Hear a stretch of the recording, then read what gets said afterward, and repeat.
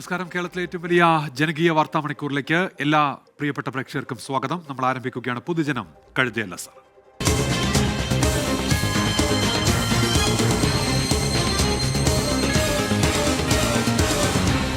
പൊതുജനം കഴുതയല്ല sir.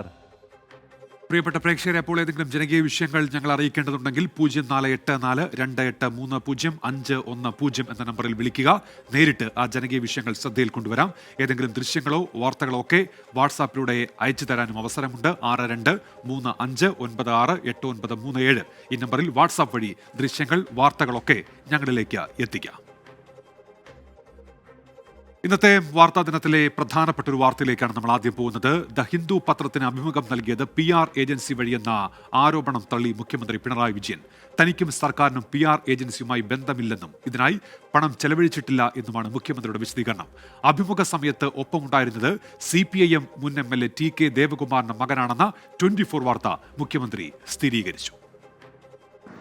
PR വിവാദത്തിൽ മഹാമൗനത്തിലായിരുന്ന മുഖ്യമന്ത്രി വാർത്താ സമ്മേളനത്തിൽ മൗനം വെടിയുമെന്നായിരുന്നു കരുതിയത്. പക്ഷേ ഒന്നുമുണ്ടായില്ല. സരസമായ ഭാഷയിൽ പലതും പറഞ്ഞെങ്കിലും പറയേണ്ടതൊന്നും പറഞ്ഞില്ല. CPIMന്റെ മുൻ ഹരിപ്പാട് MLA TK ദേവകുമാറിന്റെ മകൻ TD സുബ്രഹ്മണ്യം വിവാദ അഭിമുഖം നടക്കുമ്പോൾ മുഖ്യമന്ത്രിക്കൊപ്പം മുറിയിലുണ്ടായിരുന്നുവെന്നായിരുന്നു 24 ഇന്നലെ പുറത്തുവിട്ട വാർത്ത.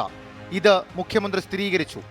ദേവകുമാറിന്റെ മകൻ എന്ന് പറയുന്നത് രാഷ്ട്രീയമായി ചെറുപ്പം മുതലേ ഞങ്ങളെ കൂടെ നിൽക്കുന്നൊരു ആളാണ്. അയാളിങ്ങനെ പറഞ്ഞപ്പോൾ ഒരു ഇൻ്റർവ്യൂ ആകാമെന്ന് സമ്മതിച്ചു എന്നുള്ളത് മാത്രമേ ഉള്ളൂ. മുഖ്യമന്ത്രിയുടെ അഭിമുഖം വാഗ്ദാനം ചെയ്ത് സമീപിച്ചത് കെയ്സൺ ഗ്ലോബൽ എന്ന PR ഏജൻസി എന്നായിരുന്നു ദ ഹിന്ദുവിന്റെ വിശദീകരണം. എന്നാൽ ഹിന്ദു വിശദീകരണത്തെ മുഖ്യമന്ത്രി തള്ളി. അഭിമുഖത്തിനായി PR ഏജൻസിയെ ചുമതലപ്പെടുത്തുകയോ പണം നൽകുകയോ ചെയ്തിട്ടില്ല. ഞാനോ സർക്കാരോ ഒരു PR ഏജൻസിയും ചുമതലപ്പെടുത്തിയിട്ടില്ല. ഒരു പൈസയും ഈ PR ഏജൻസിക്ക് വേണ്ടി ഞാനോ സർക്കാരോ ചെലവഴിച്ചിട്ടുമില്ല. എന്നാൽ TD സുബ്രഹ്മണ്യത്തിനൊപ്പം അഭിമുഖ സമയത്തുണ്ടായിരുന്ന കെയ്സൺ ഗ്ലോബൽ CEO വിനീത് ഹാണ്ടയെക്കുറിച്ചുള്ള ചോദ്യത്തിന് മുഖ്യമന്ത്രിയുടെ വിചിത്രമായ മറുപടി. ഇവർ രണ്ടാളാണ് ആദ്യം വന്നത്, പിന്നെ ഒരാൾ കൂടി കടന്നു വരുന്നുണ്ട്. ഞാൻ അയാളെ കാണുന്നത് എങ്ങനെയാണ്? വന്ന ഹിന്ദുവിൻ്റെ മാധ്യമപ്രവർത്തകരുടെ കൂടെയുള്ള ആളെന്നേ ഞാൻ മനസ്സിലാക്കുന്നുള്ളൂ. പിന്നെയാണ് പറയുന്നത് അത് ഏതോ ഒരു ഏജൻസിയുടെ ആളാണെന്ന്. എനിക്ക് അത്തരം ഒരു ഏജൻസി അറിയില്ല, ആ വന്നയാളെ എനിക്കറിയുന്നില്ല. ഖലീജ് ടൈംസിനു വേണ്ടി മുഖ്യമന്ത്രിയുടെ അഭിമുഖം ക്രമീകരിച്ചതും കെയ്സൺ ഗ്ലോബൽ എന്നായിരുന്നു PR ഏജൻസി തന്നെ നൽകിയ വിവരം. എന്നാൽ അതും മുഖ്യമന്ത്രി തള്ളി. സംസ്ഥാനത്തിന്റെ ദുരന്തവുമായി ബന്ധപ്പെട്ട് ഖലീജ് ടൈംസ് എന്ന് പറയപ്പെടുന്ന പത്രത്തിന് താങ്കൾ ഒരു അഭിമുഖം കൊടുത്തിരുന്നു. PR ഏജൻസിയുമായി ബന്ധപ്പെടുമ്പോൾ അവർ പറയുന്നത് അവരാണ് അത് തരപ്പെടുത്തിയതെന്നാണ്. അപ്പോൾ ഈ ഖലീജ് ടൈംസിന് മുഖ്യമന്ത്രി ഇന്റർവ്യൂ കൊടുത്തത് ഏതെങ്കിലും ഏജൻസി വഴിയായിരുന്നു? ഗൾഫിലുള്ള പലരും പല ഏജൻസികളും എൻ്റെ അടുത്ത് ഇൻ്റർവ്യൂ എടുക്കാറുണ്ട്, പല ഘട്ടങ്ങളിൽ എടുത്തിട്ടുണ്ട്. അത് ഗൾഫിലുള്ള പല മാധ്യമങ്ങളും അവിടെയുള്ള മലയാളികളുടെ സാന്നിധ്യം വെച്ചുകൊണ്ട് കാര്യങ്ങൾ പലതും അറിയാൻ താല്പര്യം പ്രകടിപ്പിക്കാറുണ്ട്. എന്താന്ന് എനിക്കിപ്പോൾ കൃത്യമായിട്ട് പറയാൻ പറ്റില്ല.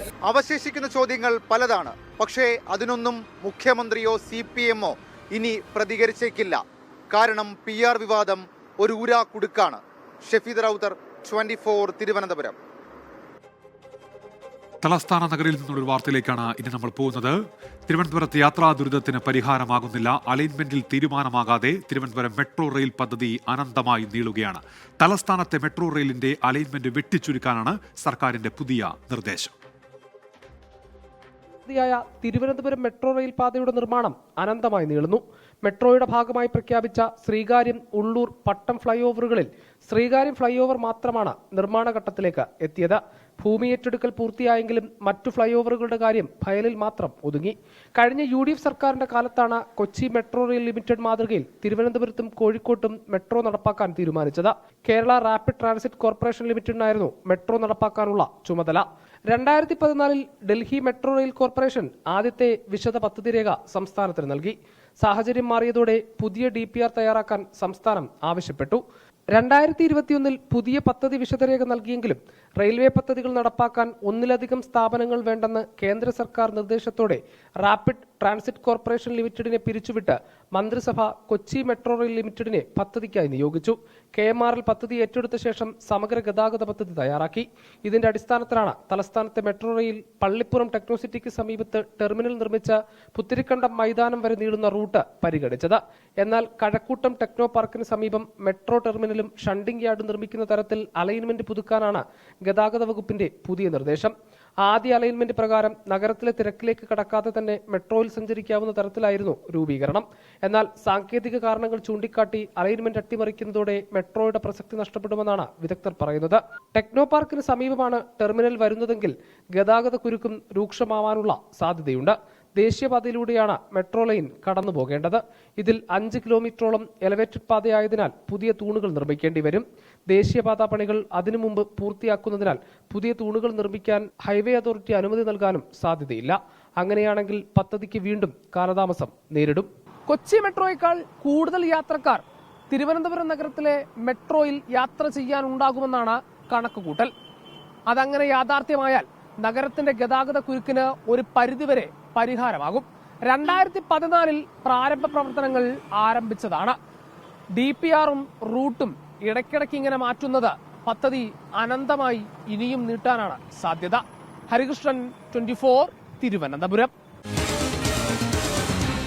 പൊതുജനം കഴുതയല്ല സാർ. അപ്പോൾ തലസ്ഥാനത്തെ ഗതാഗത കുരുക്ക് മൂലം നട്ടം തിരിയുന്ന അവസ്ഥയുണ്ട്. അത്തരമൊരു സാഹചര്യത്തിൽ എന്തുകൊണ്ടാണ് ഈ വൻകിട പദ്ധതികൾ വൈകുന്നത് എന്നുള്ള ചോദ്യവുമുണ്ട് ജനങ്ങളുടെ പ്രതികരണങ്ങളിലേക്ക്. നമ്മളെ പോലെ ഡ്രൈവ് ചെയ്യുന്ന ആൾക്കാരുണ്ടല്ലോ, അപ്പോൾ അവർക്കൊക്കെ ആണെങ്കിൽ ഇത് വളരെ കംഫർട്ട് ആയിരിക്കും. ബിക്കോസ് ഈ പറഞ്ഞ പോലെ ഒരേ പാത്തിന്റെ മേളിൽ മെട്രോ എന്ന് പറയുമ്പോൾ എന്തായാലും റോഡിനെ ക്രോസ് ചെയ്തിട്ടുണ്ട്, ആ ഒരു ഓപ്ഷൻ ആണല്ലോ. അപ്പോൾ തീർച്ചയായിട്ടും വരുമ്പോഴത്തേനും ട്രാഫിക് കൺട്രോൾ വരും, ആൾക്കാർക്ക് കുറച്ചുകൂടി കംഫർട്ട് തന്നെയാണ്. അപ്പോൾ വരണം തന്നെയാണ് നമ്മളെ അഭിപ്രായം. എത്രയും പെട്ടെന്ന് വരണമെന്ന്, ഇനി ഒട്ടും വൈകരുത്, അത്രയേ ഉള്ളൂ. ആക്ച്വലി നമുക്ക് ഇപ്പം എറണാകുളത്തിന്റെ അത്രയും ക്രൗഡഡ് അല്ല സിറ്റി, നമുക്ക് കുറച്ചുകൂടെ വലിയ സിറ്റിയാണ് വേണ്ടത്. എങ്കിൽ കൂടി മെട്രോ വരുന്നത് നല്ലതാണെന്നുള്ളതാണ് അഭിപ്രായം. മെട്രോ വരുമ്പോൾ എന്തായിരുന്നാലും കുറച്ചുകൂടി ട്രാഫിക് കൺട്രോൾ ആവുമല്ലോ. ഡെയിലി ഇപ്പോൾ ഗവൺമെന്റ് ഉദ്യോഗസ്ഥരാണെങ്കിലും കഴക്കൂട്ടത്ത് തന്നെ ടെക്കീസ് ആണെങ്കിലും ബസ്സാണ് അധികം യൂസ് ചെയ്യുക. ഇപ്പോൾ 2 വീലർ ആകുമ്പോൾ കുറേ ബ്ലോക്കെല്ലാം വരും. അപ്പോൾ പൊതുവേ ഇപ്പോൾ ഞങ്ങളിപ്പോൾ സ്റ്റുഡൻസാണ്, ഞങ്ങൾക്കെല്ലാം വന്നാൽ പിന്നെയും കുറച്ചും കൂടി നല്ലതാണെന്നാണ് തോന്നുന്നത്. പിന്നെ അത് മാത്രമല്ല, നാട് വികസിക്കുമ്പോൾ എന്തായാലും ക്യാപിറ്റൽ സിറ്റി അല്ലേ, അപ്പോൾ ഒരു മെട്രോ എന്തായാലും വേണമല്ലോ. മെട്രോ വേണം, മെട്രോ അത്യാവശ്യമാണ്. മെട്രോ ഉണ്ടെങ്കിൽ ട്രാഫിക് ബ്ലോക്ക് കുറഞ്ഞ് പോകും. ഭയങ്കര ബ്ലോക്കല്ലേ നാട്ടിൽ. മെട്രോ ട്രെയിൻ വന്നു കഴിഞ്ഞാൽ കുറച്ചൊക്കെ പരിഹാരമാവും. ആൾക്കാർക്ക് വളരെ ദൂരെ പോകാനുണ്ടെങ്കിൽ അതിൽ പോകുമല്ലോ. സിറ്റി സർവീസിലൊന്നും കയറേണ്ട ആവശ്യമില്ല. ഇവിടുത്തെ തിരക്ക് കുറേ കുറയും. രാവിലെ ഉള്ള വൈകുന്നേരമുള്ള തിരക്ക് കുറയാൻ സാധ്യതയുണ്ട്. പിന്നെ ജോലിക്ക് പോകുന്നവർക്ക് വളരെ പെട്ടെന്ന് കൃത്യസമയത്ത് എത്താൻ സാധിക്കും. ഇങ്ങനെയുള്ള ഗുണങ്ങളൊക്കെ കൊള്ളാം, നല്ലതല്ലേ. ഇതുപോലത്തെ നഗരത്തിലെ മെട്രോ അത്യാവശ്യമാണ്. അപ്പോൾ മെട്രോ വരും തലസ്ഥാന നഗരിയിൽ എന്ന് നമ്മളും പ്രതീക്ഷിക്കുകയാണ്. ചില പ്രേക്ഷകർ ചോദിക്കുന്നുണ്ട്, കീരിക്കാടൻ്റെ മരണവാർത്ത എന്താണ് നൽകാത്തത്, നിങ്ങൾ ഉറക്കത്തിലാണ് എന്നുള്ളതാണ്. ആ വാർത്ത നമ്മൾ നൽകിയതാണ് നേരത്തെ, അത് വന്നിട്ട് കുറച്ച് സമയമായി. ആ സമയത്തെ ബുള്ളറ്റിൻ തന്നെ ആ വാർത്ത നമ്മൾ ഉൾപ്പെടുത്തിയതാണ്, അതിൻ്റെ വിശദാംശങ്ങൾ നൽകിയതുമാണ്. ആ വാർത്ത നൽകാത്തതല്ല എന്ന് തെറ്റിദ്ധരിക്കുന്ന പ്രേക്ഷകർ ഓർക്കുമല്ലോ. ഇപ്പോൾ വരുന്നൊരു റിപ്പോർട്ടിലേക്കാണ്. കൊച്ചിയിൽ ഡ്രൈ ഡേയിലെ മദ്യവിൽപ്പനയിൽ 2 ലക്ഷം രൂപ പിഴ ഈടാക്കി. ബാർ ലൈസൻസ് ഉൾപ്പെടെ 4 പേർക്ക് 50,000 രൂപ വീതം പിഴ ശിക്ഷ. കൊച്ചിയിലെ കിങ്സ് എംപയർ ബാറിനെതിരെയാണ് നടപടി. അനധികൃത മദ്യവിൽപ്പന നടത്തിയ ബാർ ഇന്ന് ഉച്ചവരെ അടപ്പിച്ചിരുന്നു. എസ് ശ്യാംകുമാർ വിവരങ്ങളുമായി ചേരുന്നുണ്ട് കൊച്ചിയിൽ നിന്ന്. ശ്യാംകുമാർ, ഇന്നലെ നമ്മൾ പുറത്തുവിട്ട വാർത്തയാണ്, എന്തൊക്കെയാണ് വിവരങ്ങൾ ശ്യാംകുമാർ? ഉന്മേഷ്, ഇന്നലെ ഗാന്ധി ജയന്തി ദിനത്തിലാണ് ഈ ബാർ തുറന്നു വെച്ച മദ്യവിൽപ്പന നടത്തിയിരുന്നത്. ഇതിൽ എക്സൈസ് അസിസ്റ്റന്റ് കമ്മീഷണർ നടത്തിയ പരിശോധനയിൽ ബാർ ലൈസൻസ് വ്യവസ്ഥകൾ ലംഘിച്ചതായി കണ്ടെത്തി. ഇതിന്റെ അടിസ്ഥാനത്തിലാണ് 4 ലൈസൻസുകൾക്കും 50,000 രൂപ വീത പിഴ ശിക്ഷ ഇന്ന് കോടതിയിൽ കേസ് രജിസ്റ്റർ ചെയ്ത് ലഭിച്ചത്. ഇതിനു പുറമെ ബാർ ഉച്ചവരെ അടച്ചിടാനും എക്സൈസ് നിർദ്ദേശിച്ചിരുന്നു. ബാറിന് 2 ലക്ഷം രൂപയാണ് മൊത്തത്തിൽ പിഴ ഈടാക്കിയിരിക്കുന്നത്. ശരി, എസ് ശ്യാംകുമാറാണ് വാർത്തയുടെ വിശദാംശങ്ങൾ നൽകിയത്. സീന മുഹമ്മദ് ഒരു കാര്യം അറിയിക്കുന്നുണ്ട്. എറണാകുളം നോർത്ത് പറവൂരിലും പല സ്ഥലത്തും കുഴികൾക്കിടയിൽ റോഡുണ്ടോ എന്ന് സൂക്ഷിച്ചു നോക്കണം, ആ അവസ്ഥയാണ് എന്ന് പറയുന്നുണ്ട്. അതുപോലെ തന്നെ ചില ഇടങ്ങളിൽ റോഡ് തകർന്നിട്ടുണ്ട്, എന്തുകൊണ്ട് 24 വാർത്ത നൽകുന്നില്ല എന്നാണ് ജോസഫിന്റെ ചോദ്യം. റോഡ് തകർന്നുമായി ബന്ധപ്പെട്ട വാർത്തകളൊക്കെ നമ്മൾ അറിയുന്ന മുറയ്ക്ക് നൽകാറുണ്ട് ജോസ്വിൻ. വയനാട് സൂചിപ്പാറ വെള്ളച്ചാട്ടത്തിൽ ഇക്കോ ടൂറിസം പദ്ധതി തുറക്കാൻ വൈകരുത് എന്ന ആവശ്യവുമായി നാട്ടുകാർ രംഗത്ത്. മുണ്ടക്കൈ ചുരമല ദുരന്തത്തിന് മാസങ്ങൾക്ക് മുൻപ് അടച്ചിട്ട ജില്ലയിലെ ഇക്കോ ടൂറിസം കേന്ദ്രങ്ങളിൽ ഒന്നാണ് ഈ വെള്ളച്ചാട്ടം. ഹൈക്കോടതി നിർദ്ദേശപ്രകാരമാണ് ടൂറിസം കേന്ദ്രം അടച്ചിട്ടത്. ഒട്ടനവധി കുടുംബങ്ങളാണ് ഈ പദ്ധതിയെ ആശ്രയിച്ച് ജീവിക്കുന്നത്. മുണ്ടക്കൈ ചൂരൽമല ദുരന്തത്തിന് ശേഷം കടുത്ത പ്രതിസന്ധിയിലൂടെയാണ് വയനാട് കടന്നുപോകുന്നത്. ടൂറിസം കേന്ദ്രങ്ങൾ തുറക്കണമെന്ന ആവശ്യം ഉയരുമ്പോഴും അത് വേണ്ട വിധത്തിൽ പ്രായോഗികമാകുന്നില്ല. ഇതോടെ സഞ്ചാരികളുടെ ഒഴുക്കും ഈ ജില്ലയിലേക്ക് കുറഞ്ഞിരിക്കുകയാണ്. ഇത്തരത്തിൽ അടച്ചുപൂട്ടപ്പെട്ട ഒരു ടൂറിസം കേന്ദ്രമാണ് സൂചിപ്പാറ വെള്ളച്ചാട്ടം.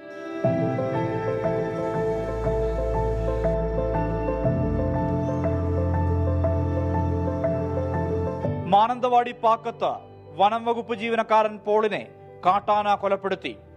ഇതിനു പിന്നാലെ വന്യമൃഗ ആക്രമണങ്ങളെ പ്രതിരോധിക്കാൻ എന്ന പേരിൽ കഴിഞ്ഞ ഫെബ്രുവരിയിലാണ് ജില്ലയിലെ ഇക്കോ ടൂറിസം കേന്ദ്രങ്ങൾ അടച്ചുപൂട്ടിയത്.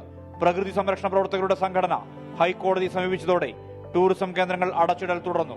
ഇത് മറികടക്കാൻ സർക്കാർ തയ്യാറാകുന്നില്ല എന്നാണ് പരാതി. ജില്ലയിലെ ഇക്കോ ടൂറിസം കേന്ദ്രങ്ങളിൽ ഉൾപ്പെട്ട സൂചിപ്പാറ വെള്ളച്ചാട്ടവും അടച്ചിട്ടവയിൽ ഉൾപ്പെടുന്നു. 8 മാസമായി ഇവിടുത്തുകാർക്ക് തൊഴിലില്ല. 40-ലേറെ വനസംരക്ഷണ സമിതി ജീവനക്കാർ, മേഖലയിലെ ടാക്സി ഡ്രൈവർമാർ, റിസോർട്ട് നടത്തിപ്പുകാർ, വ്യാപാര സ്ഥാപനങ്ങൾ എല്ലാം പ്രതിസന്ധിയിലാണ്. ഇതിനിടെയാണ് ചൂരൽമല മുണ്ടക്കൈ ഉരുൾപൊട്ടൽ. ഇതോടെ ഈ മേഖല പൂർണ്ണമായും സ്തംഭിച്ചു.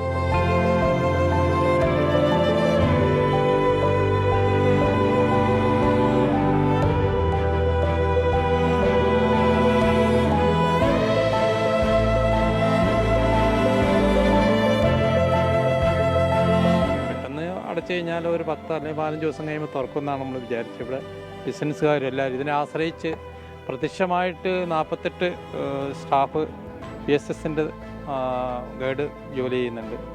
കടകളുണ്ട്. പ്രത്യക്ഷമായിട്ടും പരോക്ഷമായിട്ടും ഏകദേശം 200ഓളം കുടുംബങ്ങൾക്ക് ആശ്രയമായിട്ടുള്ള ഒരു ടൂറിസം സെൻ്ററാണ് ഈ ഭാഗം.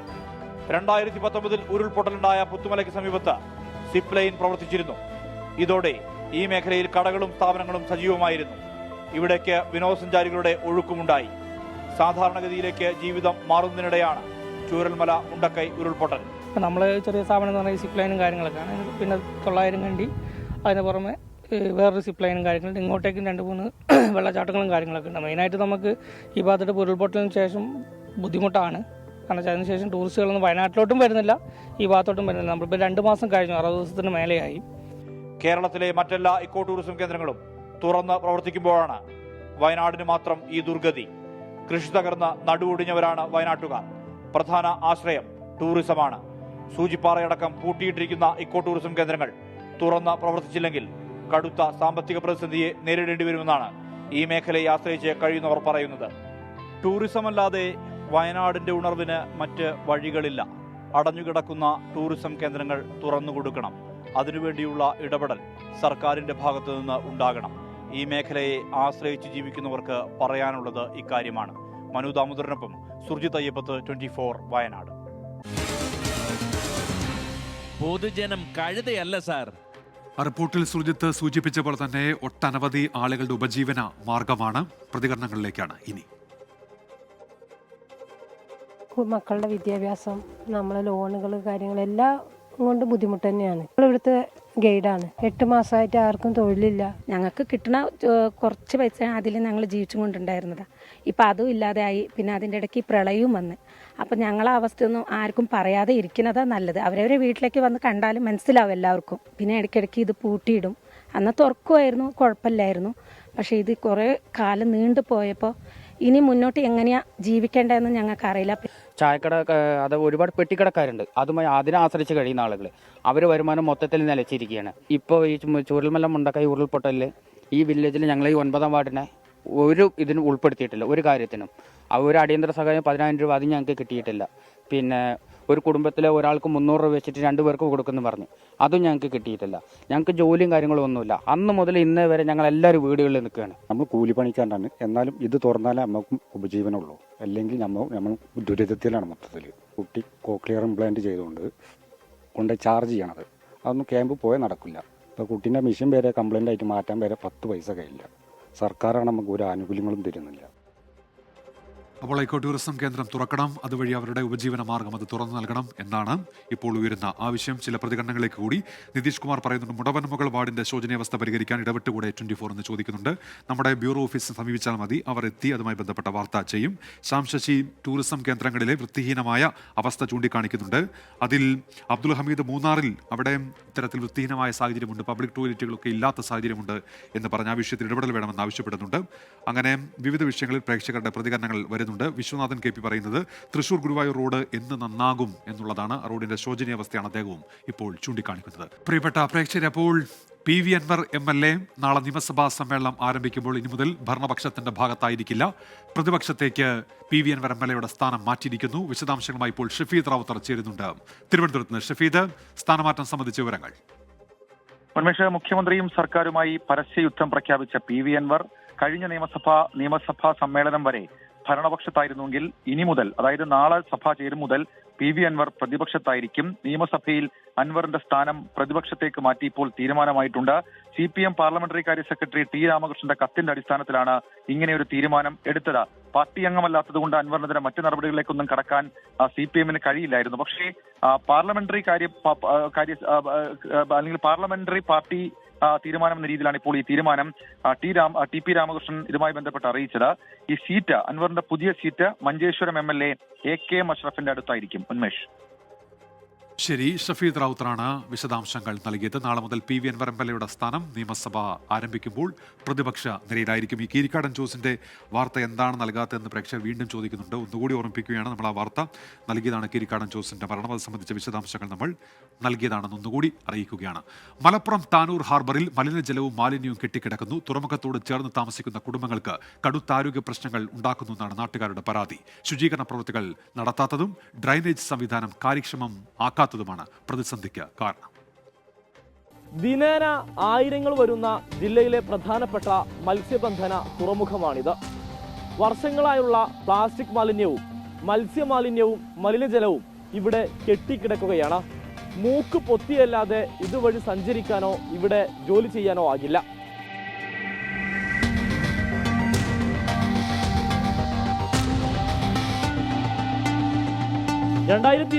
ിൽ നിർമ്മാണോദ്ഘാടനം കഴിഞ്ഞ ഹാർബർ 2024 പൂർത്തിയായിട്ടില്ല. പരിസര ശുചിത്വത്തിന്റെ കാര്യത്തിൽ വൻ പരാജയമാണെന്ന് പറയേണ്ടി വരും. ഒരു ഭാഗത്ത് മലിനജലം കെട്ടിക്കിടന്ന് നാറുന്നു, മറുഭാഗത്ത് മത്സ്യമാലിന്യം, പ്ലാസ്റ്റിക് മാലിന്യം വേറെ. കേരളത്തിന്റെ സ്വന്തം സൈന്യമെന്ന് നാം വിശേഷിപ്പിച്ച മത്സ്യത്തൊഴിലാളികൾ ഇവയെല്ലാം സഹിച്ചാണ് ഇതിനിടയിൽ ജോലി ചെയ്യുന്നത്.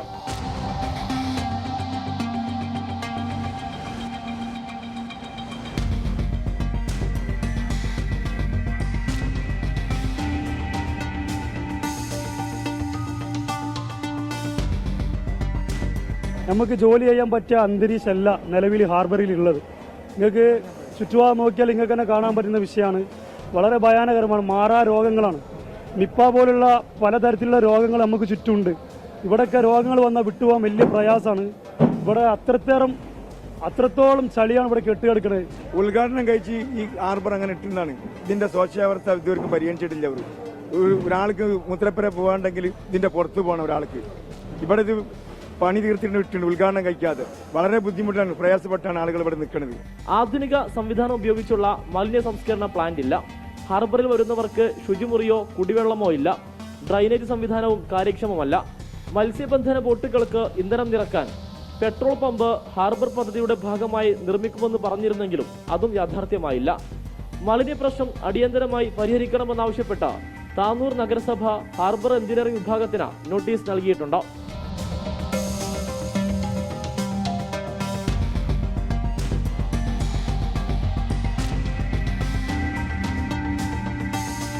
ജനങ്ങളുടെ പ്രശ്നങ്ങൾക്കൊന്നും പരിഹാരമായില്ലെങ്കിലും ഹാർബറിലേക്കുള്ള പ്രവേശന ഫീസ് ഈടാക്കാനുള്ള തിടുക്കത്തിലാണ് അധികാരികൾ. അതിനായുള്ള എല്ലാ തയ്യാറെടുപ്പുകളും പൂർത്തിയായി കഴിഞ്ഞു.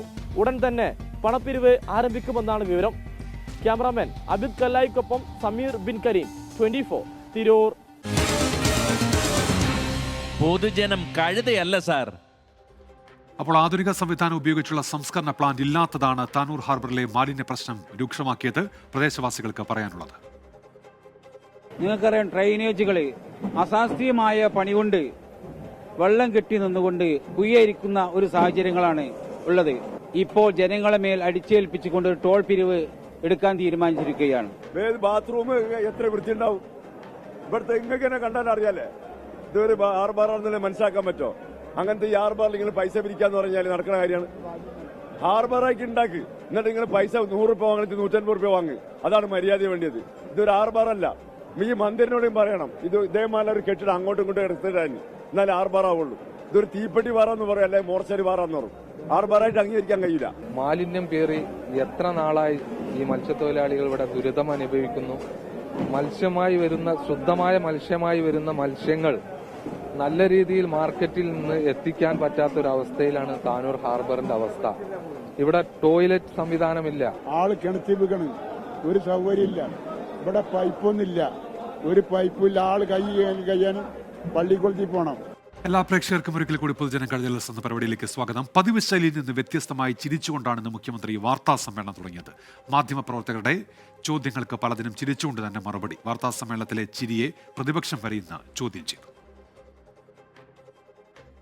പതിവ് പോലെ മൈക്ക് പരിശോധിച്ച് പറയാനുള്ള കാര്യങ്ങളിലേക്ക് മുഖ്യമന്ത്രി കടന്നു.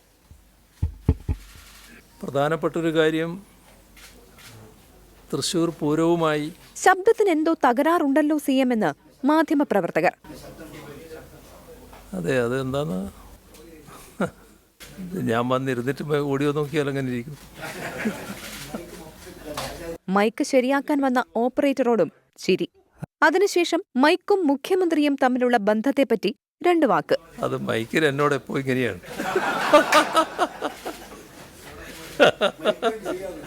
അപ്പൊ നിങ്ങൾക്കൊരു വാർത്തയായി. അങ്ങനെ ആദ്യമായി മൈക്ക് ഓപ്പറേറ്ററും ചിരിച്ച വാർത്താ സമ്മേളനം. Hello hello hello check check. ശബ്ദം ശരിയായതോടെ മുഖ്യമന്ത്രി പിണറായി വിജയൻ പതിവ് ശൈലിയിലേക്ക്. 24 തിരുവനന്തപുരം. ഇതോടെ പൊതുജനം കഴുതലസ് എന്ന പരിപാടി പൂർത്തിയാകുന്നു.